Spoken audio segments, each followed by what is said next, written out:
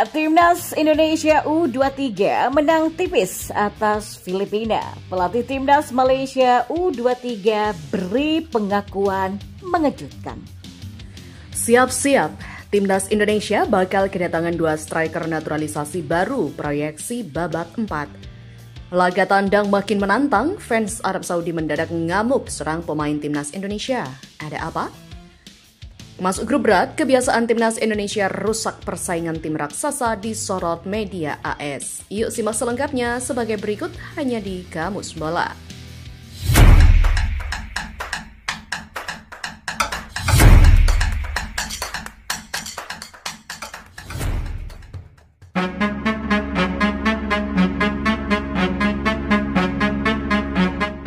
Ya, Timnas Indonesia U23 berhasil unggul 1-0 lewat gol bunuh diri dari Jaime Rosquillo akibat salah antisipasi lemparan jarak jauh dari Robby Darwish. Momen tersebut terjadi di menit ke-23. Dalam situasi lemparan ke dalam, Robby Darwish menjadi eksekutor. Robby Darwish menunjukkan kemampuan spesialnya tersebut dengan sempurna.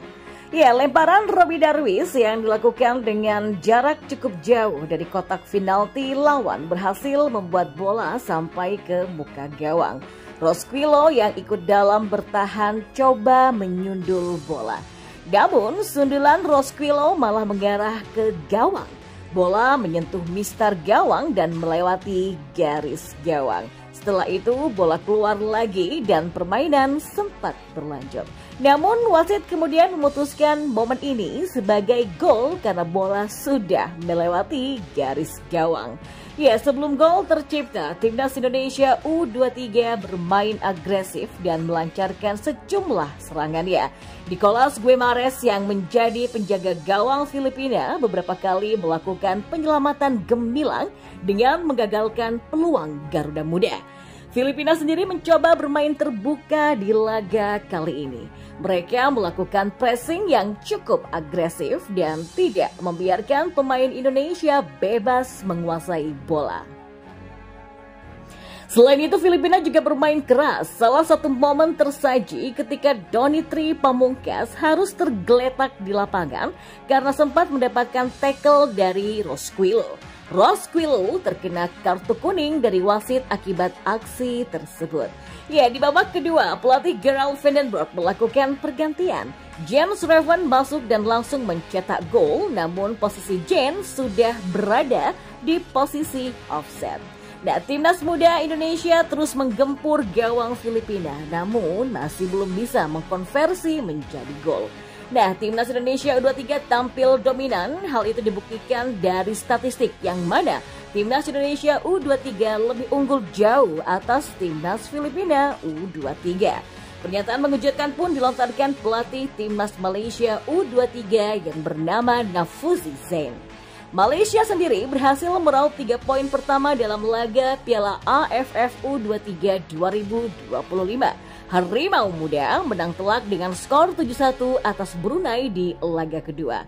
Ya, setelah meraih 3 poin di tangan, Malaysia menjalani laga terakhir yang akan melawan Timnas Indonesia U23. Nafuzi Zain menyebut Timnas Indonesia U23 adalah calon juara. Ya, seperti yang saya katakan sebelumnya, Indonesia adalah calon juara. Tapi kami tidak akan menyerah. Kami perlu mencari kemenangan untuk lolos ke semifinal. Jadi kami betul-betul harus bersiap untuk menghadapi Indonesia yang begitu kuat, kata Nafuzi Zain seusai laga berakhir. Dia juga menganggap laga nanti bakal sengit karena rivalitas yang selama ini ada di antara Indonesia dan Malaysia. Kita tahu ya, laga Indonesia versus Malaysia ini rivalitasnya tinggi bagi kedua negara. Dan kami juga tahu bahwa pertandingan ini akan sangat sukar untuk tim Malaysia, terutama kita yang tampil di hadapan pendukung tuan rumah. Kami tidak akan mundur dan akan terus berupaya untuk memberikan perlawanan yang baik, kata Nafuzi Zain lagi. Ya, sementara itu laga Timnas Indonesia U23 versus Malaysia akan digelar pada Senin 21 Juli 2025.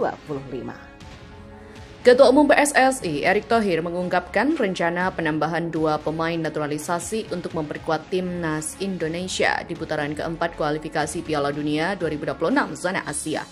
Kedua pemain tersebut tengah diproses untuk bisa segera bergabung dengan skuad Garuda. Indonesia tergabung di grup B bersama Arab Saudi dan Irak. Dalam fase ini sementara, grup A diisi oleh Qatar, Uni Emirat Arab, dan Oman. Format round robin akan diterapkan untuk menentukan pemuncak klasemen grup. Juara grup akan langsung mengamankan tiket ke Piala Dunia 2026, sedangkan tim peringkat kedua akan menghadapi laga playoff antar konfederasi demi merebut 1 jatah tambahan. Putaran keempat ini dijadwalkan berlangsung pada 8 hingga 14 Oktober 2025.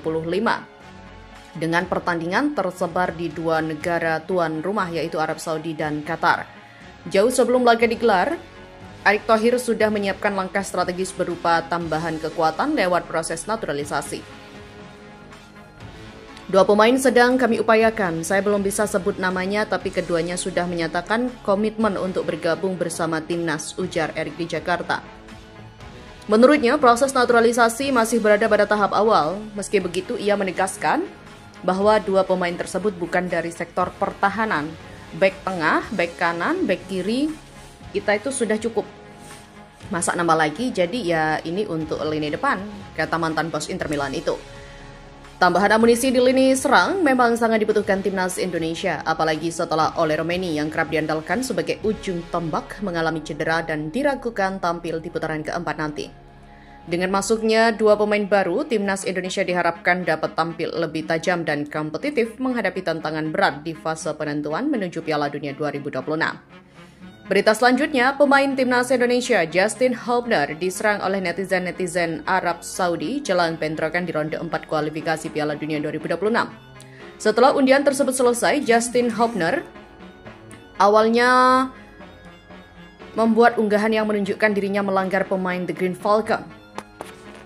Mantan pemain Wolves U21 itu menuliskan kata "Here we go again".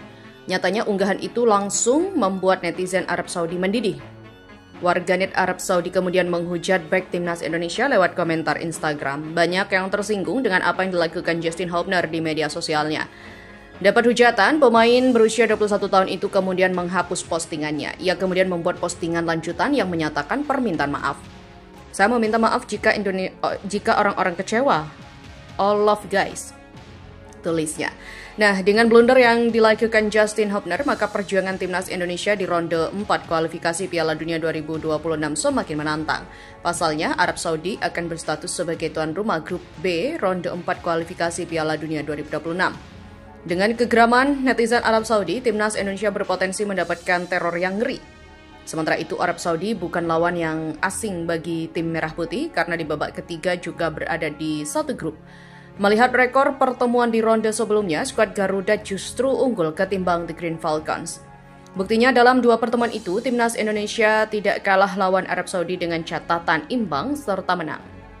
Berita selanjutnya, berada di grup yang sama dengan Arab Saudi dan Irak akan menjadi tantangan berat bagi timnas Indonesia. Arab Saudi merupakan tim langganan Piala Dunia yang mengincar partisipasi ke-7 mereka di turnamen tersebut. Sedangkan Irak merupakan tim yang selalu berhasil mengalahkan Indonesia dalam 3 pertemuan terakhir kedua tim. Meski begitu, media asal Amerika Serikat ESPN menempatkan Indonesia sebagai tim yang tidak bisa diremehkan. Pasalnya, ESPN menilai Indonesia memiliki kebiasaan merusak persaingan tim raksasa di kualifikasi Piala Dunia 2026.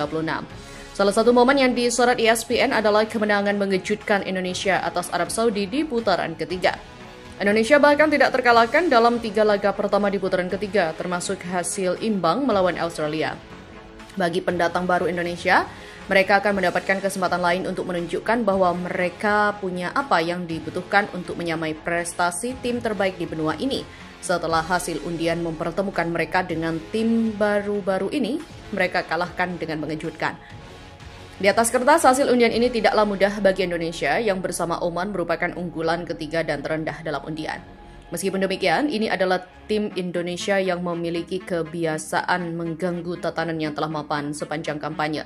Mereka juga telah berhasil mencapai sejauh ini setelah bertahan dan finish di posisi keempat dalam grup putaran ketiga yang menakutkan, yang membanggakan kekuatan kontinental seperti Jepang, Australia, dan Arab Saudi.